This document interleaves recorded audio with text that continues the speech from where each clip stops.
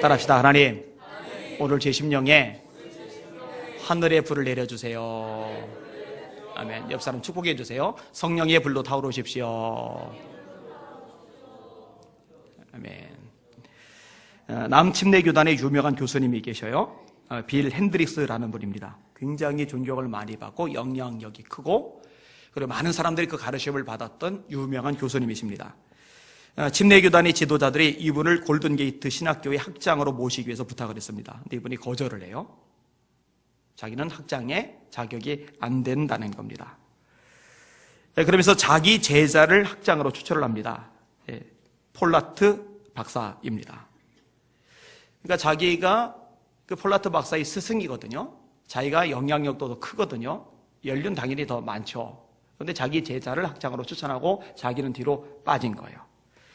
마침내 폴라트 박사가 학장이 됩니다. 핸드리스 박사는 자기 제자 밑에서 교수 일을 하면서 그 제자가 학장 일을 하는데 뒷받침을 얼마나 잘하는지, 얼마나 잘 섬기는지 학교가 굉장히 건강하게, 멋지게 커갑니다. 그리고 그러면서 핸드리스 박사는 더 영향력을 발휘하고 존경을 더 많이 받게 됩니다. 참 겸손한 분이다라고 생각이 되어집니다. 이런 분들이 많으면 좋을 텐데 제가 아는 모 학교는 지금 총장 후보가 7명 정도였어서요. 지난번에. 이번에도 이제 만만치 않게 많아요.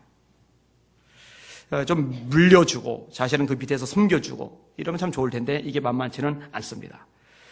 우리가 살아가는 세상은요, 이 교만이 판을 치는 세상입니다. 그래서요, 숙이고 들어가는 것이 마치 자존심이 상하는 거라고 생각을 하는 것 같아요. 남들 밑에서 섬겨주고 받들어주고 세워주는 것이 마치 쪼잔한 인간이나 하는 거라고 생각을 하는 것 같아요. 큰 소리치고 군림말리하는 사람들이 많아요. 그리고 마땅히 존경하고 따르고 그 밑에 순종을 해야 됨에도 불구하고 그런 대상 앞에서도 교만을 떠는 사람들이 되게 많아요.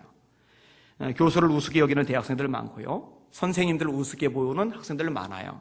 부모를 우습게 여기는 철부지 아이들 많고요. 하여튼 이런 사람들이 굉장히 많아요. 그리고 이게 마치 폼이라도 나는 듯 착각을 하는 경우가 되게 많아요. 근데 적어도 하나님을 믿는 사람, 하나님을 섬기는 사람은 이런 세상의 흐름에 넘어가면 안 됩니다.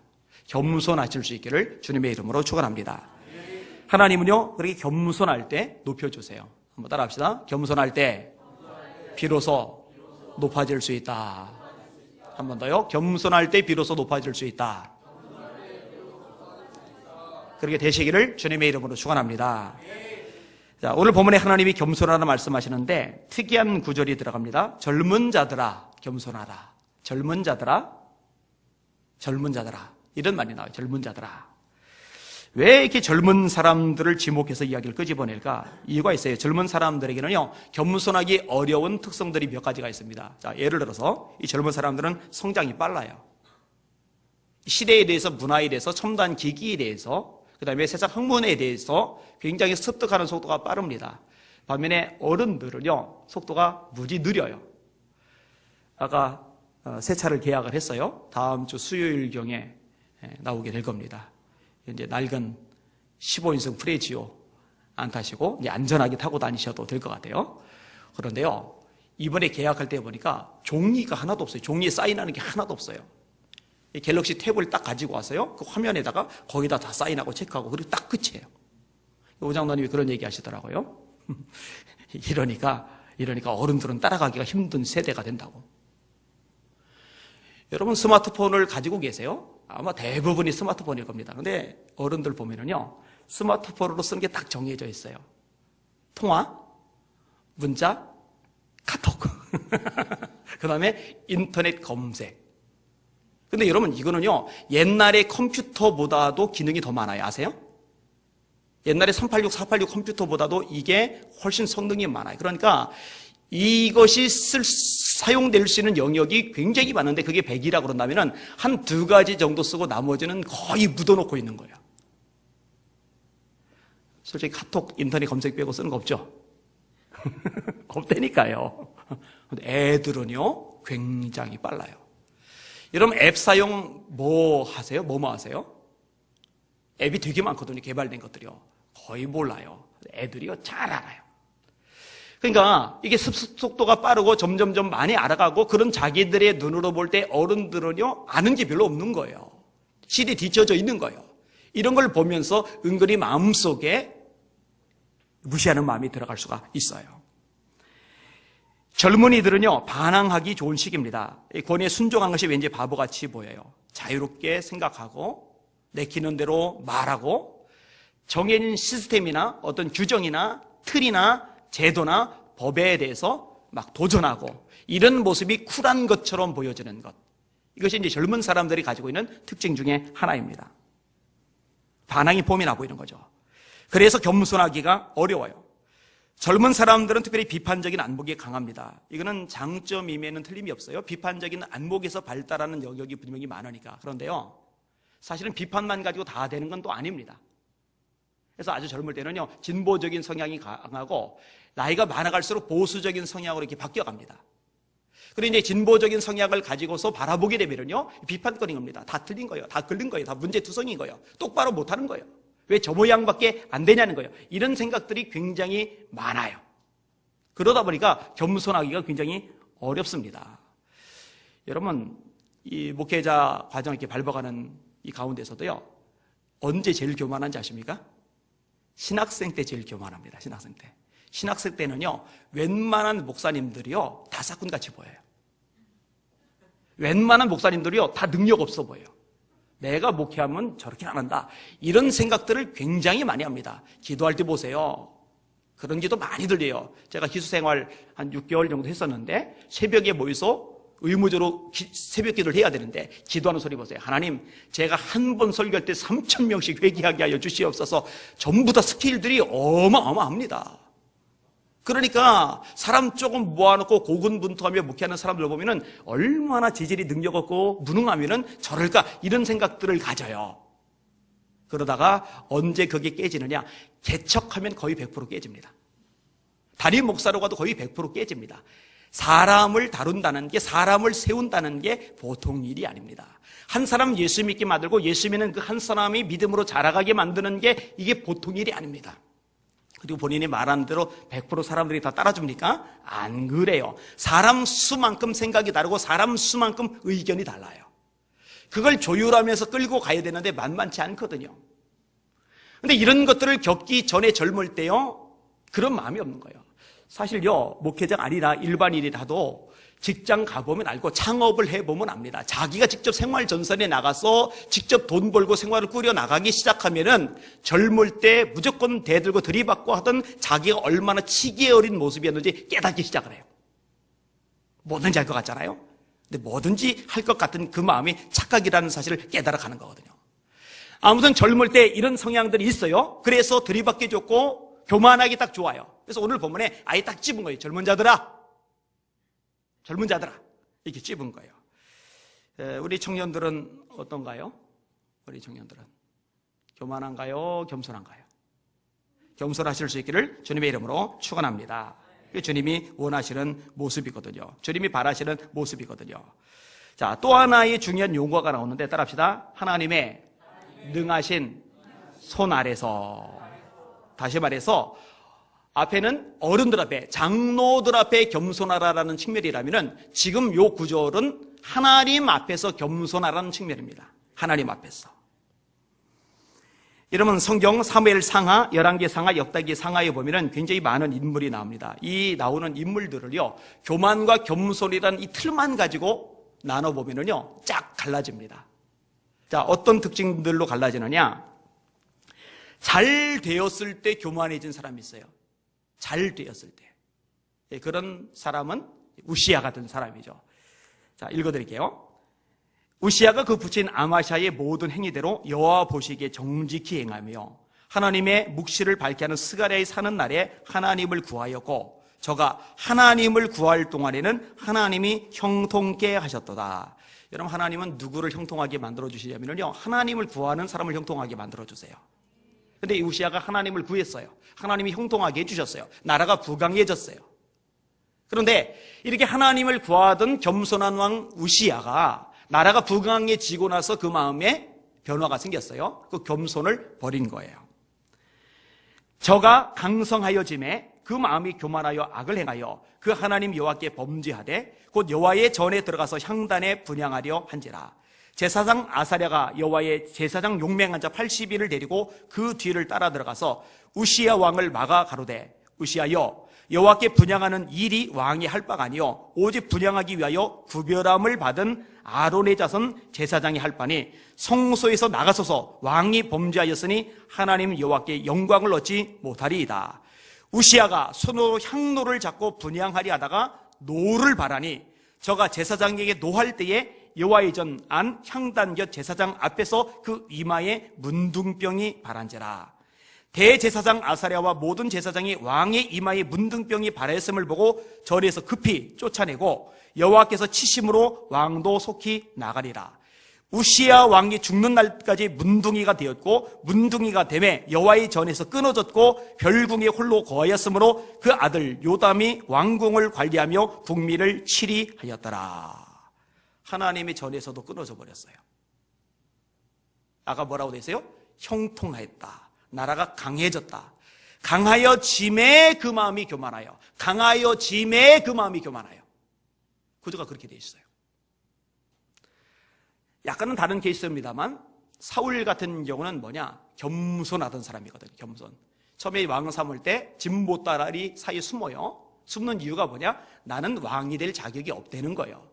그래서 사무엘이 하나님께 기도합니다. 하나님, 사울을 왕 삼는다고 하셔서 제비 뽑기를 끝냈는데 사울이 어디 갔는지 모르겠습니다. 그래서 하나님이 말씀하세요. 지금 진보따리 사이에 숨었다. 그래서 숨어있는 사울을 데려다가 왕을 세워요.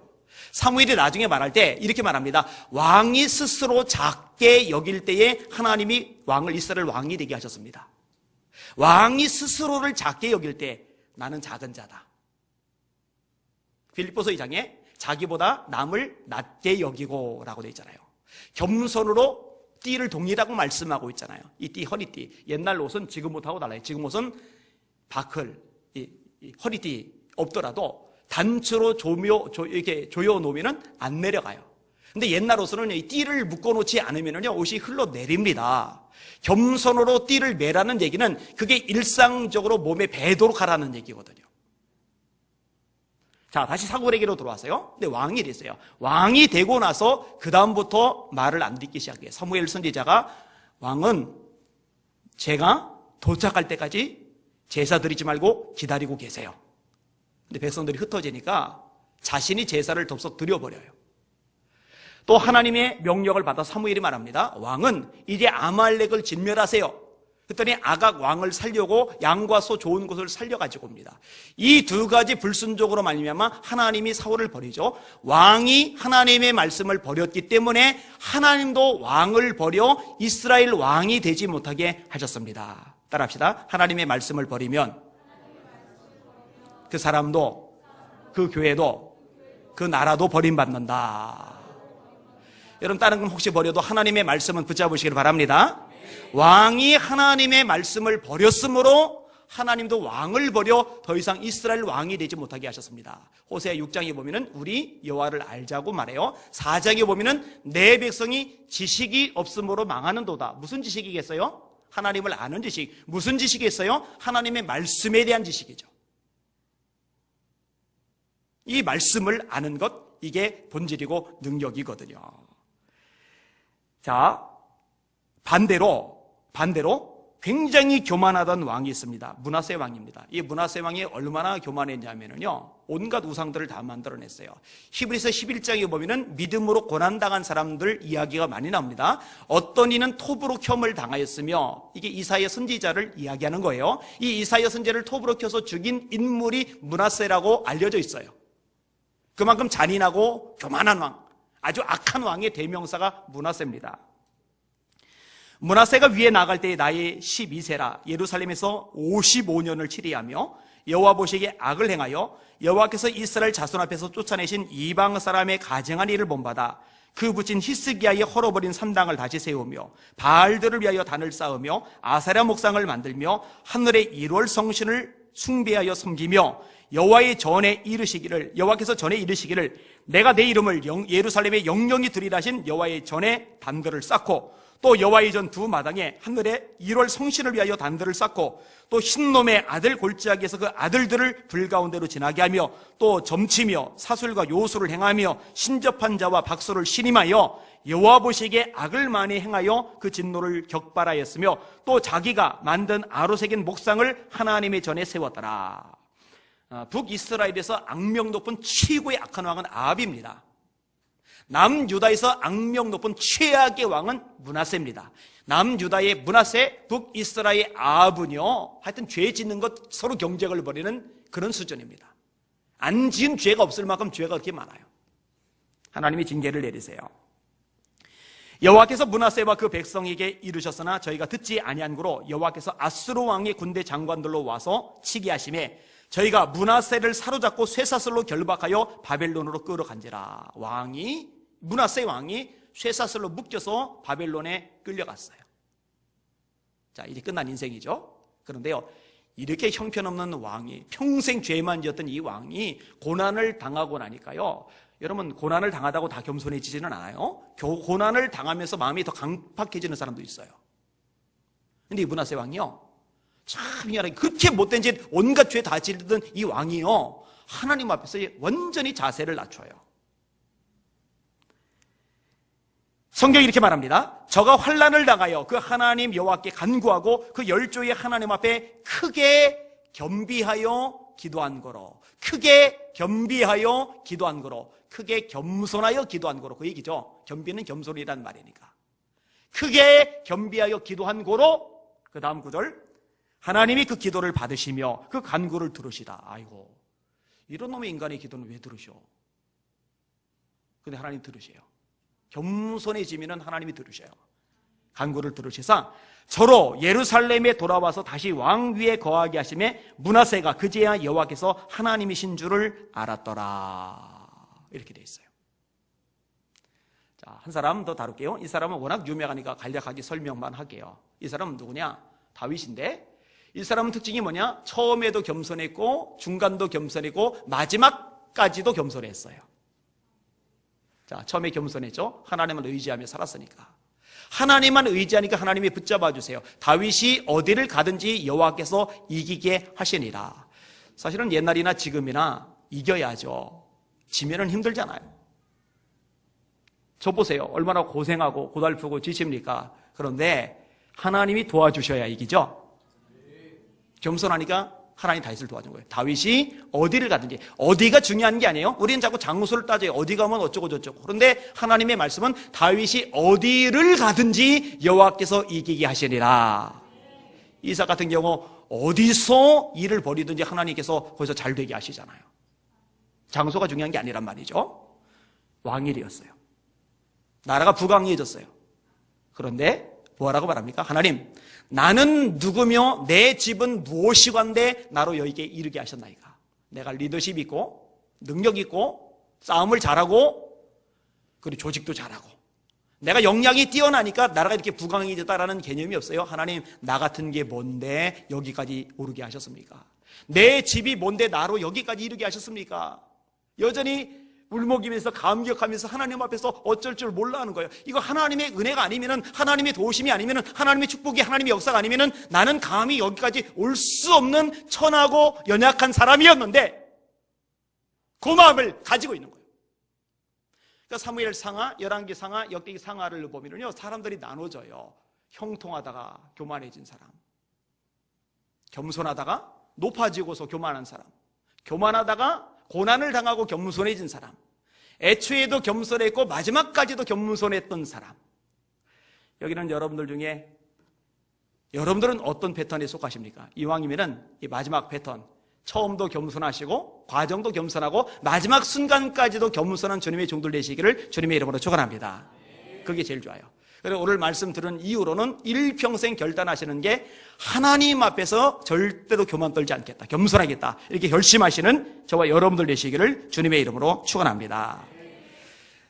오늘 본문의 말씀에만 국한하지 않고, 제가 보통 설교할 때는 본문 내용만 가지고 달아요. 95% 정도의 설교는. 그중에 5% 정도는 본문을 좀 넘어가서 확대해서 설교를 합니다. 오늘은 좀 확대를 할게요. 이런 겸손한 사람들의 특징이 있는데요, 먼저 말씀과 관련된 부분입니다. 따라합시다. 겸손한 사람은 말씀을 잘 듣는다. 그렇죠? 겸손한 사람은 하나님의 말씀을 잘 들어요. 베레아 사람은 데살로니가 있는 사람들보다 더 신사적이어서, 이전 개역 한글입니다. 개역 개정은 더 너그러웠어. 간절한 마음으로 말씀을 듣고 이것이 그런가요? 날마다 성경을 상고함으로 그 중에 믿는 자가 많았다라고 얘기합니다. 데살로니가전서 2장에 바울 사도가 이렇게 말합니다. 성도들 보고 과감하게 말합니다. 너희가, 성도들 보고 하는 말이, 너희가 내게 들은 바 하나님의 말씀을 들을 때에 사람의 말로 아니하고 하나님의 말씀으로 들음이니 진실로 그러하다. 이 말씀이 너희 믿는 자 속에서 역사하느니라. 겸손한 사람은요, 말씀을 잘 들어요. 여러분, 교만한 사람은요, 그 누가 설교해도 잘 안 듣습니다. 여러분, 예수님이 설교하시는데 예수님의 설교 능력 없다고 할 사람은 어디 있어요? 그 가르치시는 것이 권세 있는 자와 같고 저희 서기관들과 바리새인 같지 아니함일러라 라고 마태복음 7장에 말씀하고 있잖아요. 예수님 말씀 권세가 있단 말이에요. 그런데 권세 있는 말씀을 전하는데도 바리새인들 안 들어요. 사두개인들 안 들어요. 헤롯 당원들 안 들어요. 제사장들 안 들어요. 이거 뭐예요? 왜 안 들어요? 교만해서 안 되는 거예요. 교만해서. 여러분들의 마음은요, 딱딱한 마음 되지 마시고, 다시 말해 교만한 마음 되지 마시고 부드러운 마음, 겸손한 마음 되셔서 하나님의 말씀이 잘 스며드는 그런 인생 되시길 주의 이름으로 축원합니다. 이 말씀이 떨어질 때 아멘하고 받으셔요. 그리고 말씀을 순종하시는 여러분들 되시기를 주님의 이름으로 축원합니다. 그게 여러분에게 큰 유익이 됩니다. 자, 그 다음에 사람들과 관련해서 겸손한 사람의 특징은 뭐냐면요, 따라합시다. 주변 사람을 잘 섬긴다. 예수님 겸손하시죠? 예수님 예루살렘에 뭐 타고 입성하셨어요? 나귀 타고. 스가랴 9장 9절의 말씀의 성취입니다. 그는 겸손하여 멍에 매는 짐승의 새끼, 그 나귀 새끼를 탔도다 라고 얘기되어 있고, 그 말씀대로 예수님은 나귀를 타고 예루살렘에 입성을 하셨어요. 예수님이 마태복음 11장에 유명한 말씀을 하십니다. 수고하고 무거운 짐진 자들아 다 내게로 오라. 내가 너희를 쉬게 하리라. 나는 마음이 온유하고 겸손하니 너희는 내게 나와 나의 멍에를 메고 내게 배우라. 그러면 너희가 쉼을 얻으리니. 예수님은 겸손하신 분이세요. 예수님은 온유하신 분이세요. 와서 배우라는 거예요. 예수님의 온유하심을 배우시길 바랍니다. 예수님의 겸손하심을 배우시길 바랍니다. 배우셔야 돼요. 자, 이렇게 겸손하신 예수님께서 그 겸손하심을 가장 상징적으로 보여준 사건이 요한복음 13장입니다. 허리에 수건을 두르시고 대야에 물을 뜨신 다음에 제자들의 발을 씻기시는 거예요. 그 다음에 이렇게 말씀하십니다. 너희가 나를 주 또는 선생이라 하니 너희 말이 옳도다. 내가 주 또는 선생이 되어 너희 발을 씻겼으니 너희도 서로 발을 씻기는 것이 마땅하니라. 이런 팔레스틴은 건조합니다. 먼지가 많습니다. 게다가 지금처럼 구두 운동화 신을 때가 아니라 샌들 같은 거를 신고 다녀요. 맨발에 먼지 나는 것을 샌들 신고 돌아다니면 발이 먼지로 자욱합니다. 야! 팔 좀 씻고 다녀. 먼지 봐, 먼지. 꼴 좀 봐. 가 아니라 내 허리를 숙여서 내 손에 물을 묻혀서 그 발을 닦아주는 거예요. 그러니까 지적은 누구나 할 수 있어요. 누구나. 세상 사람도 다 합니다. 다 보이니까, 먼지 묻은 거 다 보이니까, 지저분한 거 다 보이니까. 그런데 허리를 숙이는 것은, 손에 물을 묻히는 것은, 그리고 그 발을 직접 닦아주는 것은 겸손한 자만이 할 수가 있거든요. 예수님 말씀하실 거예요. 서로 발을 씻기는 것이 마땅하니라. 여러분의 눈에 누군가의 허물이 보이거들랑, 누군가의 약점과 문제가 보이거들랑, 그것은 여러분들이 지적하라고 아니면 정죄하라고 보이는 것이 아니라 여러분들이 그 부분을 커버하라고 보이는 것이라는 것을 깨달으시기를 주님의 이름으로 축원합니다. 성경은 말씀합니다. 허물을 덮어주는 자는 사랑을 말하는 자요, 그것을 거듭 말하는 자는 친한 벗을 이간질하는 자리라. 이간질은 누구의 전공이라고요? 마귀의 전공이에요. 이간질하는 거 하면 안 돼요.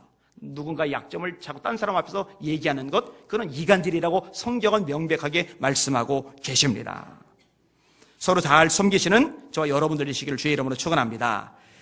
성 브라더 로렌스라는 수도사가 있어요. 이분이 싸움이 제일 많이 일어나기로 유명한 수도원의 원장으로 부임해 갔습니다. 여러분, 교회 중에도 싸움하는 교회 있잖아요. 수도원 중에도 싸움하는 교회가 있었나 봐요. 근데 이 수도원에 문을 두드렸더니만 먼저 왔던 사람들이 이 늙은 수도사를 보더니 나이든 신입이 온 줄 알고 들어가서 주방에서 설거지하라고 시킨 거예요. 여러분, 수도원에 들어가려면요, 순명이라는 게 있어요. 반드시 순종해야 돼요. 100% 순종해야 돼요. 자기 상급자한테. 그거 안 하면 쫓겨납니다. 근데 지금 엉뚱한 짓을 한 거죠. 그런데요, 얘기 안 하는 거예요. 예, 그러겠습니다. 식당에 들어가더니 1달, 2달, 3달 계속 닦는 거예요. 그러다가 3달쯤 지난 다음에 감독이 이 수도원을 방문을 했어요. 수도사들이 바짝 긴장을 했어요. 높으신 분이 왔으니까 쩔쩔쩔쩔쩔 매는 거예요. 감독이 물어요. 수도원장 있는 대로 안내해 주시오. 우리 수도원에는 수도원장님은 안 계시는데요. 아니 3개월 전에 수도원장을 파송했는데 무슨 소리요?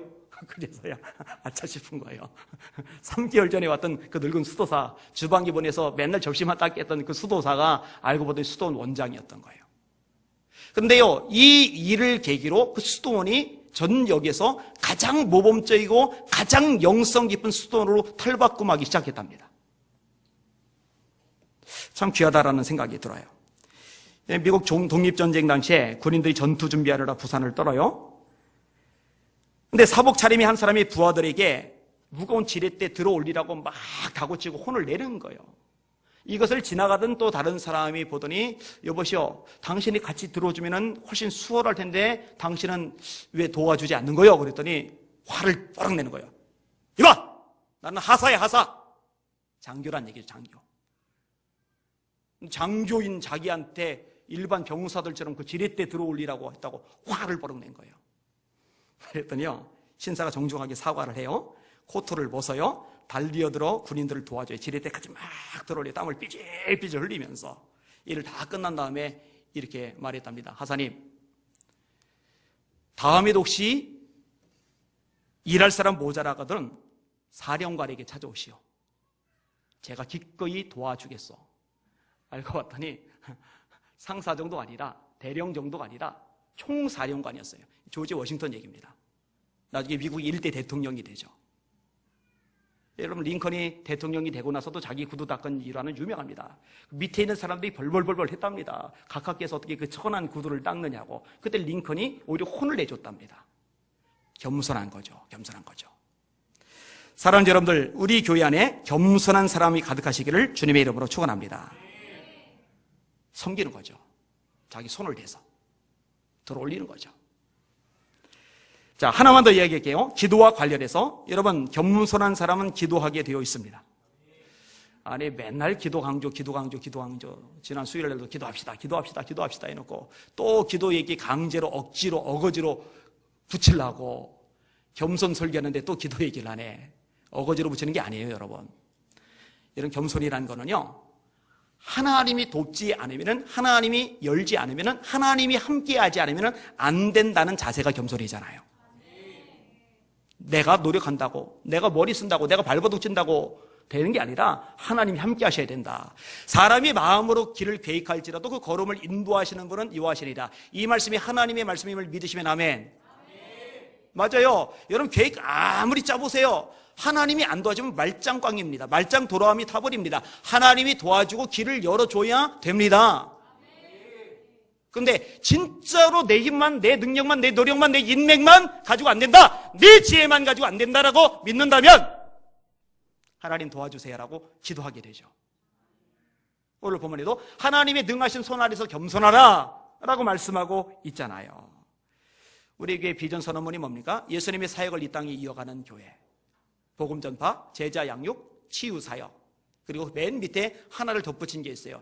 이 모든 것의 동인으로서 기도에 전력하는 교회. 사람들이 예수님께 모여듭니다. 모여드는 이유가 두 가지로 언급이 됩니다. 말씀도 듣고 병 고침도 낫고자 하여 예수께 모여오되, 말씀 듣는 것이 두 가지로 갈라집니다. 하나는 복음 전파, 하나는 양육. 이게 둘 다 말씀을 통해서 하는 거죠. 결국 세 가지입니다. 말씀 전파, 복음, 양육, 그 다음에 치유 사역. 말씀도 듣고 병 고침도 낫고자 하여 예수께 모여오되, 예수는 한적한 곳에서 기도하시니라. 기도하셨거든요. 새벽 오히려 미명에 예수께서 일어나 나가 한적한 곳으로 가서 거기서 기도하시더니, 여러분 예수님 능력이 모자라셔서 기도하시는 게 아니잖아요. 근데 우리는 예수님보다 능력이 모자라잖아요. 능력이 넘치는 예수님도 기도하셔서 사명을 감당하셨는데 능력이 모자란 우리들이 기도하지 않고 무슨 수로 사명 감당하겠습니까? 여러분 구역장 사명 기도 없이 감당 못합니다. 장로 사명 기도 없이 감당 못합니다. 집사 권사 사명 기도 없이 감당 못합니다. 교사 사명 기도 없이 감당 못합니다. 찬양대원 찬양팀 기도 없이 감당 못합니다. 기도로 감당하시길 바랍니다. 여러분 자녀들 키우는 것도 기도 없이 안 됩니다. 직장 생활도 기도 없이는 안 됩니다. 여러분 인생 앞길 미래의 모든 계획도 하나님의 기도하면서 하나님의 도심을 받으면서 하나님의 인도하심과 축복 속에서 해나가실 수 있기를 주님의 이름으로 축원합니다. 이 주님이 원하시는 모습이거든요. 자, 겸손의 결과만 언급하고 말씀합니다. 다시 본문으로 들어옵니다. 겸손의 결과가 뭐냐? 따라합시다. 하나님이 은혜를 베푸신다. 겸손한 자에게 은혜를 주신다고 오늘 본문에 말씀하고 계십니다. 젊은 자들아, 이와 같이 장로들에게 순종하고 다 겸손으로 허리를 동이라. 하나님은 교만한 자를 대적하시되 겸손한 자에게는 은혜를 주시느니라. 은혜를 주시느니라. 은혜 받고 싶죠? 겸손하시기를 주님의 이름으로 축원합니다. F.B. 마이어라는 목사님 탁월한 설교자입니다. 이번에 설교 대목 중에 한 부분입니다. 들어보세요. 나는 하나님의 은혜의 선물이 여러 층으로 된 선반 높은 곳에 있는 줄 알고 우리의 키가 높아질수록 그 여러 층의 것을 가질 수 있을 줄로 알았다. 그러나 나는 후에 깨닫기를 하나님의 은혜의 선물은 아래로 내려가면서 여러 층 되는 선반에 있다는 것을 알았다. 그러므로 이 선물들을 받아 가지려고 하면 내가 높아지기를 원할 것이 아니고 더욱더 나를 굽히고 내려가며 또 내려가기를 힘써야 된다. 겸손한 자에게 하나님이 은혜를 주시는 거예요. 물은 낮은 곳으로, 하나님의 은혜는 겸손한 곳으로 흘러간다는 거 잊지 마시기를 바랍니다. 베르디를 추앙하는 오페라가 밀란에서 계획이 됐답니다. 이 오페라를 누가 지휘할 거냐? 그 당시에 세계에서 최고가 하는 명지휘자 2명이 거론이 됐대요. 하나는 토스카니니, 또 하나는 마스카그니라는 분. 그런데 이 둘이 워낙 대가들이라 둘 중에 한 분에게만 요청하면 다른 분이 마음이 상할까봐 이 주최측이 곤란한 거예요. 그래서 하는 수 없이 양쪽 지휘자에게 다 요청을 했어요. 그런데 마스카그니가 이렇게 이야기를 끄집어냅니다. 토스카니니보다 지휘비를 나에게 더 많이 주시오. 그렇지만 난 지휘 안 하오. 근데 자존심 있지? 나 토스카니니보다 적게 사례 받아서는 나는 안 할 거예요. 이래 토스카니니는 어떻게 반응을 보이느냐? 베르디는 위대한 음악가입니다. 이런 위대한 음악가를 기리는 음악회는 정말로 가치 있는 중요한 일입니다. 이런 일에 나 같은 사람을 지휘자로 세워주시니 그것만 가지고도 영광입니다. 저는 한 푼도 받지 않고 지휘를 하겠습니다. 끝났어요. 그리고 이 사실이 알려졌어요. 여러분, 마스카그니 누군지 모르죠? 토스카니니는 누군지 알죠? 예수님 말씀이 맞는 것 같아요. 그죠? 겸손한 게 복이에요. 겸손한 자에게 하나님이 은혜를 주셔요. 뒤에는 구절하고도 연결되는데 따라합시다. 하나님은 겸손한 자를 높여주신다. 하나님의 능하신 손 아래서 겸손하라. 때가 되면 너희를 높이시리라. 여러분, 겸손할 때 하나님 높여준다는 거 잊지 마시기를 주님의 이름으로 축원합니다. 구석지에 있어도 돼요. 다윗 구석지에 있었잖아요. 아버지가 형 7명 부를 동안 막내는 구석에다 내버려뒀잖아요. 아버지 조사도 인정하지 않는 인물. 나중에 보면 엘리압이 다윗 무시하잖아요. 전쟁터에서 사람들 앞에서 망신 주잖아요. 너 교만해, 너 와락게, 몇 마리 안 되는 양 누구한테 맡기고 왔어, 너 전쟁 구경하러 왔지. 존중하는 마음이 있으면요 그런 식으로 안 합니다. 불러서 살짝 얘기하겠죠. 그리고 어거지 안 부립니다. 전쟁 구경하러 오지 않은 거 알아요. 아버지 신부로 온 줄 빤히 알아요. 알면서 전쟁 구경하러 왔다고 뒤집어 씌워요. 사람들 앞에서. 그렇게 안 하죠. 인정하면은. 그러니까 완전히 구석에 찌그러진 존재입니다. 원래 처음부터 다윗이 인정받고 대접받던 인물이 아닙니다. 근데 하나님은요 그 중심을 아시는 거예요. 하나님 없이는 한순간도 1분 1초도 살 수 없는 다윗의 그 목마름을 아시는 거예요. 하나님이 목자가 되시며 자기는 양이며 양은 목자 없이 살 수 없듯이 자기는 하나님 없이 살 수 없다는 것, 이것이 너무나 뚜렷한 다윗의 그 겸손한 마음, 그 애절한 마음, 그 간절한 마음을 하나님은 속속들이 삐뚤어 보시는 거예요. 그리고 그 속에 숨어있는 다윗을 집으셔서 높여주시려는 겁니다. 제가 예전에 성경을 읽으면서 이런 부분이 참 좋았어요. 참 좋았어요, 이런 부분이.